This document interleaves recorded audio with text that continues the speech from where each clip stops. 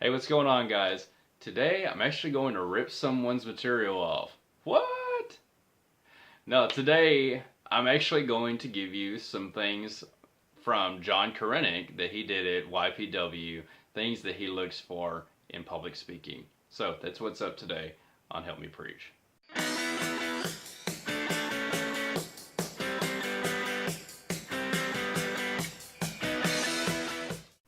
Alright, so you may be asking, who is John Korenik? Well, he's one of the elders at the Westside Church in Irving, and he actually used to do teaching on speech and that kind of thing, maybe even debate as well, at Baylor. And so he's a guy that looks at all kinds of information. I've heard him multiple times, and he does a really good job with his speaking, and you can tell that he's very conscious of these basic rules. So he did a little presentation this year at YPW that I thought I would just rip off to give you an idea of how good YPW is, but also some really good things for maybe that guy that does 1 or 2 lessons a year, or maybe the guy that does 50 lessons a year or 100 lessons a year. Things that are very, very helpful. So he basically broke it into two main categories. And so it is content and then it's delivery. And so, assuming, again, that it's all biblical, right? We've kind of assumed that in other videos. We'll pretty much assume that all the time. Assuming all of that, then there's specific areas in content and delivery that are very helpful. So, here's the things that he recommended. Alright, so when he is talking about content, for example, there are basically 5 things that he's looking for. The first thing in content is a clear thesis statement. And so a clear thesis statement is basically saying, what's the point? What's the one thing that you're trying to get across to your audience so that you can help them to understand what you're talking about? And so then the whole lesson should be about that. And he told this really interesting story. So he went through and would discuss lessons with his kids in the car after the sermons and that kind of thing. And so I don't know who was preaching or what was going on, but so there was a lesson, and it was kind of like one of those ones that went everywhere preaching the word, you know what I'm saying?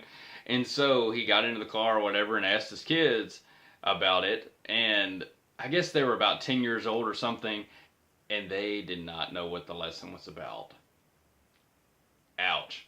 Not good. I hope that they don't do that whenever I'm preaching, and that would be a failure in many ways, right? And so he gave this pretty good rule that if a 10-year-old cannot give you the main point of what you were talking about, then you need to simplify, make it very, very clear. So first thing is clear thesis statement. So second thing is have a few main points that support the thesis. Now this is basic outlining 101, but here's the thing. Sometimes the basics don't get done. We get kind of lazy or whatever. So put those supporting points, bam, bam, bam. 1, 2, 3. We've talked about outlining. There's just very, very important to be ruthlessly logical in that kind of thing. It just helps you to go through and have this good flow in your material. So ask things like, are they clear? Are they easy to understand? And they need to be your signpost as you're going through your material. And so these are good things to put on your slides, for example. If you haven't seen the video that I've done on slides, they really connect with this same idea. Just keep it simple. All right, so number 3 when it comes to content is the allocation of time. So I've done this recently, and I usually don't because I'm kind of conscious of this, but sometimes we spend a ton of time on the first point, and then it's like 1, 2, 3, 4, right? I kind of did that a little bit here recently. But the issue with that is that, again, you have like this false expectation that's set in your audience's mind of how long the sermon's going to be, and it just doesn't seem balanced. And so what he was talking about is make sure they're balanced. Make sure the time is allocated properly. All right, number 4. What kind of support? And so he was saying that he wants like a scripture for every single point. I think first, right whenever you have your point. So here's my point, bam, here's scripture. And so obviously we're assuming that it's biblical, right? But if you have like two or even a whole point that doesn't have any support to it in the sense of biblical, there's a big issue. You may have great facts, you may have great research, you may have great stories, but if it's not having that biblical precedent, why not? Why is it not having the biblical support? So have the other information, have the stories and whatever else, but make sure you have that biblical foundation. All right, and the last thing he said on content was one clear conclusion. That may seem very simple, but sometimes it doesn't happen. So he gave a good example of how to do this, but you start with a story, you go through and you have your points, and then you actually come back to the story. Sometimes an introduction is like that. You have an introduction, a point, a story, whatever, here's your points, and then you actually come back to it, which is a really good thing. Also, conclusion could be like application or whatever, but he gave some pretty good pitfalls that we need to be careful of. So, things like don't add new points. Don't go through and re-preach your sermon. Don't go through and add multiple conclusions, all those kind of things. And how many times have you gone through and heard someone say, okay, and now we're done with this, and then they preach like another 10 minutes? Don't do that. If you're at your conclusion, be at your conclusion and conclude. All right, so that's your content. All right, now he also gave 5 things on delivery. So these are really, really handy as well. The first is eye contact. It's not unusual, especially when someone is new, or even someone that's older, for them to have bad habits of eye contact. Maybe they're looking down the whole time, or maybe they're looking up and they're looking actually past people, like they're looking at the back wall or back pew, something like that. Don't do that. You don't do that in normal conversation, at least I hope not. And it doesn't need to happen with public speaking. Look at your audience. They're all people. They're sitting there listening to you and what you have to say. And so look at them. It's just huge. The second thing is absence of vocal pauses. You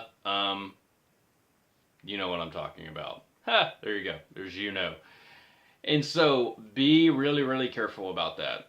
Those vocal pauses are just where our mind just kind of runs and blurts out words to fill up the space. And so don't do that. Just pause. If you don't know what you want to say, pause and it'll be fine. It's really good. Number 3 is gesture stutters. Now this is an interesting one, and I've heard a lot of different things on public speaking over the years, but I liked what he did here. It's where you do the same motion over and over and over and over and over and over, and then it just becomes annoying. And he talked about an interesting story where this guy was going through and he was adjusting his tie. And we do a lot of this stuff very subconsciously. And so anyway, he was adjusting his tie and all this kind of stuff, and it was kind of bothering John. And he realized it was like maybe 10 or 15 times. And it was interesting because he talked to another guy, and the guy said it was like 150 times that he adjusted his tie. Here's the thing. It totally like distracted the point of the presentation. It didn't matter how good his presentation was if you're doing something that's repetitive and it's annoying and you don't realize you're doing it. So don't do it. One way to watch that is to record yourself. I know it's painful. I know it's difficult. I need to do it more. You need to do it more too. Grab that phone, put it out, do some recording. Number 4, vocal variety. So this goes back to one that I've already talked about with monotony, right? And so vocal variety is where you're going up and down. And so it's kind of like in a paragraph or some type of writing. If everything is highlighted or bolded, nothing's highlighted. And so if everything is said at a very high volume, then nothing is highlighted. Nothing is emphasized. So have that variety. And so variety is regarding pitch, up and down. It's also pace, slow, fast, conversational, just a normal speed. All that is very important. And I'll tell you where you get that is it's through being comfortable, and it's through practice. We'll have to talk about some of that another time. And I thought this was also very interesting is he talked about finishing your words. So this is something that I have issues with, and it's maybe something I just need to work on, but it's very easy to go through and just kind of trail off your words and to where it's hard to understand them. And so you have to finish out those phrases, finish out those words, and it just makes a big difference in regards to people being able to understand the words that you have and what you're communicating. Number 5, last thing, time. So the last thing he's looking for in time is about 30 to 35 minutes, something like that. Here's the thing. We need to realize our limitations. Many of us are not these great orators, and we cannot preach 45 to 55 or more minutes and keep an audience fully engaged. It's just super hard, especially in our culture. So what that means is keep it shorter, condense it. Don't go through and talk about everything you know. And here's the thing. Guess what? If it's a long lesson and you have a lot of information you want to study, make it a series, right? Just be careful about that. We'll hopefully talk about series at some point in the future. So anyway, I thought those were really good. And that was kind of one of the things that stood out to me from YPW. And there's a lot more that's just like the tip of the iceberg. But hopefully that's some incentive to go to these type of trainings. And more than that, maybe it gives you some things to practice.